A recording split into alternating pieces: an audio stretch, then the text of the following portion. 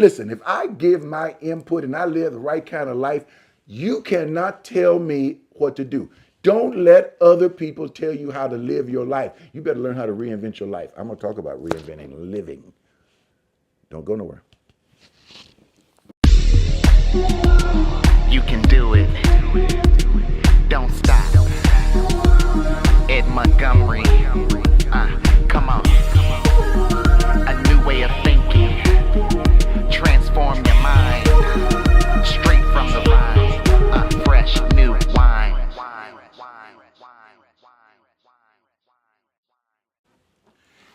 Hello, welcome to Fresh New Wine. I am your host, Ed Montgomery, and I'm also the host of Sensational Sunday, which comes on this same channel every Sunday morning at 11 a.m. Central Standard Time. So thank you so much for, I'm clicking buttons over. Oh, I know what it is.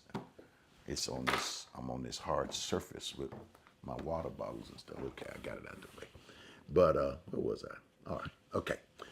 Hit the like button. Also, make sure you hit those comment buttons. Let me know what if you like something. Let me know you like it, and let me get into it right now because I learned something. I learned one thing. There are people with their fingers on these scrollers and these swipers, and they'll hit you fast if you're not talking about what they want to hear.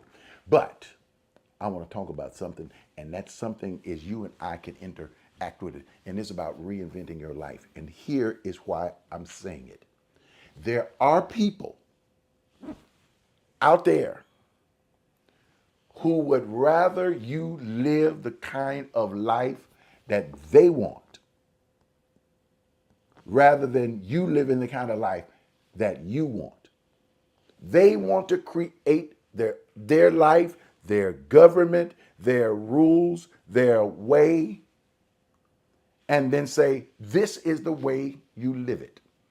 As a matter of fact, they will even create a constitution that says, we the people of the United States of America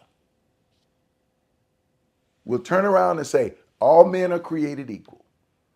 We'll turn around and say, everybody has the right to live in a free society and a right to happiness. Or should I say, the pursuit of happiness. Not the right to happiness, but the right to the pursuit of happiness. And then when you decide, this is what I want to do. I want to live a free life. I want to live a good life. I want to live a wonderful life. And then all of a sudden, soon as you start living that kind of life, they change the rules on you. See, this is what pisses me off. Should I have said that word? Maybe not. But it's been getting to me. When you try to live according to the rules and the regulations, then they want to change the rules. And I'm asking the question, why are you changing the rules at the last minute? And what is all of this about? And I'm going to tell you where I'm coming from. You probably have heard about what's going on here in our state of Texas, our Lone Star state of Texas, especially in dealing with our governor, dealing with our state senate, with our state legislature, and with this whole thing about redistricting. Now, this may sound like a whole bunch of gobbly gosh, but I didn't like to get into it because I don't want to get into a lot of politics because there could be a lot of things being said over here, over there. You got to be careful about who people are sending out to distract you from one thing. But this thing about this redistricting is something's wrong here. Now let me see if I can explain it to you. If you've got a state called Texas that's got El Paso over there, and if you can visualize it in the map, and down there where the Gulf of Mexico is, and on around Houston and on up in Panhandle over there, you can look at a map and see Texas. If you take the state of Texas, and let's say you decide to divide it up to get the most number of people to help you in to be able to rule the state where you can send the resources, because that's what it's divided up. Say you divide it up into 6 boxes. 1, 2, 3, 4, 5, 6. Let's 6. 1, 2, 3, 4, 5, 6, 7, 8, 9. Okay, I'll stay at 6 boxes. We can just cut across, boom, boom, boom. 6 boxes. And you got people, and look at where people live, and you got people in each box. So in order to have a representative, we know there's many more than 6 boxes. You would have one person, or let's say you had 2 people per box. So that's 2, 4, 6, 8, 10, 12. So you got 12 legislators for 6 boxes. Simple enough, right? Okay. When you find out who lives where, let's say over toward the west part of Texas, you may have, because it's closer to the border, you have met people of one particular culture. You may be dealing with a Latino culture. Over toward, let's say, East Texas, maybe, or on the other side, or say like the next box in the middle. You may be dealing with maybe blacks, Latinos, whites, just a mixture around there. Listen, I'm gonna have to talk color for those of you that cringe whenever you say black, white, Latino. Don't think of it that way. Color is not the color of skin here. White is not the color of skin. It's about what's the meaning behind these things. So you break up these districts like that, and then you have people vote. Well, the more people that come into a state, or the more people that are born into the state, the numbers go up. I believe Texas is 61% ethnic. And so that means you got more, 61%, you got more ethnic people than white people. Okay, that's no big deal. That's just the numbers. But if you learn how to run a good campaign, it doesn't matter what color people are, whatever culture. If you can break through, you can break through. You can do the best you can and hope for the best. Let's just leave it at that. But here is where the issue is. That is a type of fairness right there. Those are the rules. And you try to play by the rules. And you try to learn how to work within the rules. It's like playing football within a regulated field. Basketball, a regulated court. The goals are both so high. They're both the same size. In other words, there's fairness. But if you tip the field this way, that means one team is having to run uphill while the other team is having to run downhill, which means the one going downhill will be able to breathe better because they don't have to use up as much energy. The ones going uphill are having to use more energy. Well, let's go back to our boxes in Texas. Somebody turns around and says, if we keep going this way, then after a while, there are going to be more Latino people or black people in office in Washington where they make the rules than white people. Because, see, that's what legislation is. That's what Congress is. That's what these boxes are. They distribute revenue. They distribute resources. They tell us where bus stations will be. They tell us where bus stops will be. They tell us where public libraries will be. They tell us where hospitals will be. That's why they're having issues about the shutting down of rural hospitals, that big bill that they were talking about, the shutting down of rural hospitals. It's about resources. People hide from filling out the census, even though it's not supposed to be based on whether you are documented, undocumented, or any of those kind of things. They just need to know where people are. But people are afraid that the government will use this kind of information to, to do other things. Well, you got 1, 2, 3, 4, 5, 6 even boxes. There's something they call gerrymandering. Here's what gerrymandering does. When they see in this first box, it may be Latino people. But in the second box, it may be white people. Or in the box up under that, it may be black people. Or in the box over to the total right, it may be black, white, and Latino. Okay, gerrymandering is this. You change the shape of the box.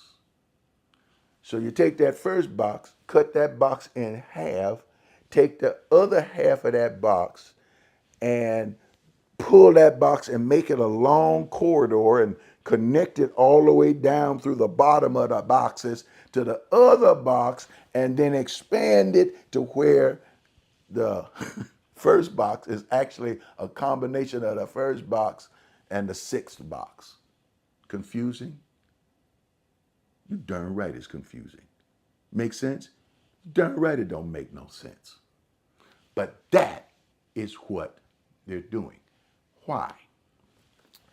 Because when you change the shape of the boxes, you can bring more white people into one area, and then you can mix the black and Latino people in an area where there are more white people, which means you can get more boxes where there are people who are white who will be in charge. So that's why the president had asked the governor, I need 5 more Republican districts to be able to do what I need to do to ensure that we get in office. In other words, you ain't got to work to talk to people about how they feel about life and to bring them over to your side. No, change the shape of these boxes. That's what's going on. And so now the Democrats saying we can't do it, but there's more Republicans than Democrats. Why? Because they've been changing the boxes over the years. So the Republicans can't win unless they have it's about a quorum, which means they got to have so many people in there to vote. Well, the Democrats left town. And so now the governor is saying, we're going to go get them and arrest them because it's illegal for them to do it. To do what? To not vote. Not vote for what? Just be there so that the majority can vote for redistricting. Why? So that the Republicans can have more seats. Why? Because it's not Latino, it's not black, it's not brown, it's not other. It means it's totally dealing with race and the definitions behind race. All this, it is blatantly racist. So, what in the world do we do about it? I'll be right back. You know, over the years, I've had a slogan, a statement that I've lived by. And it's been the slogan of our ministry. And what it's called is building the people who shape the world. And I'll be honest with you, I was on fire about this slogan about 40-something years ago. And I was ready to go out there and get the world saved because we're building the people who are going to shape the world. And I had this vision of being able to go out and shaping this entire planet and reaching out into nations, which we have done. But I think when you get a little older, let me say vintage, things change a little bit. And so the world I'm concerned about shaping is the world of everyday people, not the whole planet, but your world, my world. How we shape our relationships, how we shape our value systems, how we shape our morality, and in times like this, how we shape our courage. And when you begin to shape your world, you can begin to help other people shape their world, and then you can connect your shaped world with the shaped world of other people and build even greater works and greater worlds. That's why I ask you to give, because your giving helps us to be able to give how we think, how we see God, how we view ourselves through the lens of our God, through God's Spirit, through His power, through His love, how we love other people, how we help other people. This is what I believe our life's mission work is. Building the people who are shaping their worlds. To build them up encourage, to build them into knowing that their value supersedes what other people would try to tell them about their value. It is healing broken hearts. It is realizing that I walk in abundance. I walk in places that I don't have to worry about lack. It doesn't mean that I won't have any, my pockets won't be empty every now and then, but it means I won't walk in lack. It's how we think about this. If God holds me, God has given me everything I need. Ladies and gentlemen, help us to keep doing what we do. Take a moment. Go to myalc.org. That's myalc.org. Or if you're watching this on one of our emails, click the button at the end of the email. Just take a moment and do it. Or you can text to give. And that text to give is 713-742-2035. Do any one of those things. But what you do, make sure you do it with love, because that's what's going to explode this power all over, not only the world, but shape the world you're in. God bless you. We love you. Now, what do we do about it? We can either turn around and act like it doesn't exist, and we can pray to God and ask God to give us a miracle. Now, that's one thing, and that's fine. But I kind of feel something about praying to God about a miracle. There's something in the Bible that said Jesus Christ is coming back for a church without spot or blemish. And I figure the church is built on people. If the church is built on people and Jesus Christ is coming back for a church without spot or blemish, he's coming back for people who have gotten themselves together without spot or blemish. So that means to me, as far as I'm concerned, I'll never see Jesus, because there's no way in the world I see this world without spot or blemish until they learn how to deal with religion the way the religion is supposed to be dealt with, instead of looking at a God that's up in the sky, instead of seeing a God in the sky, but seeing a God inside of you, to where I can look and see God inside of you. See, that's what people don't want to see. They don't want to see God inside of the human being. They all want to be able to look at somebody who's white or black or whatever and be able to see the living God inside of them and realize, hey, I'm just like you. You just like me. Spiritually, we are all created in the image of God. No, they don't want to see that. They may be creating their own image of God. But anyway, let me get back to my gerrymandering. The thing is, that kind of stuff is not wrong. It's not right. You can't do the connection of these states and fix these things to where these maps look a certain way in order so you can get your own way. And then tell black people you're wrong about bringing this subject up.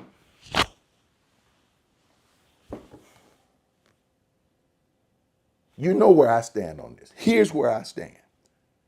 You have got to rethink how you are going to live your life. We got to learn to rethink about who we are inside, because this is going to determine whether or not we're going to take this mess anymore. So they tell us, shh, be quiet. In church, be quiet. Don't talk about those kind of things.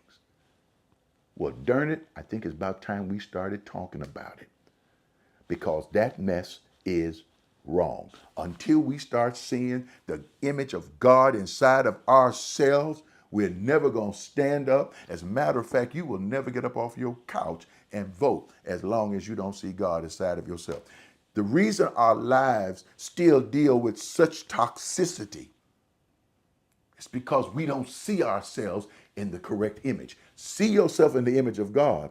Then you're going to stand behind these Congress people doing the best they can. No, it can't solve everything, but at least they know somebody's standing up for them. And at least somebody else knows we're going to stand here until you stop the shenanigans you're playing. And we're going to keep talking about it and talking about it and talking about it. I got a radio show I would talk about these kind of things on. And that show is not on on a paid advertising station. It's a public station.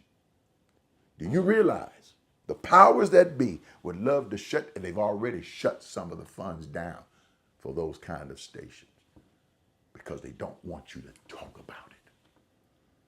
They take the books out of libraries because they don't want you to read about it. And if they can stop you from reading, they can stop you from thinking. And if they can stop you from thinking, they can stop you from imagining. And if they can stop you from imagining, they can stop you from creating. So you got to start looking at God and reading about God differently. Thinking about God differently. Imagining God differently. So you can create what the God inside of you wants to create differently. How many of you are ready to change some issues in your life by changing how you think about yourself? Baby, some folk are worried about getting saved later on or going to church to get saved and raising their hand in church to get saved. I'm going to tell you something. I was saved the moment I came out of my mother's womb. Chew on that. Hey, don't forget to subscribe to my channel. Hit that subscribe button. Smash it, crash it. Let us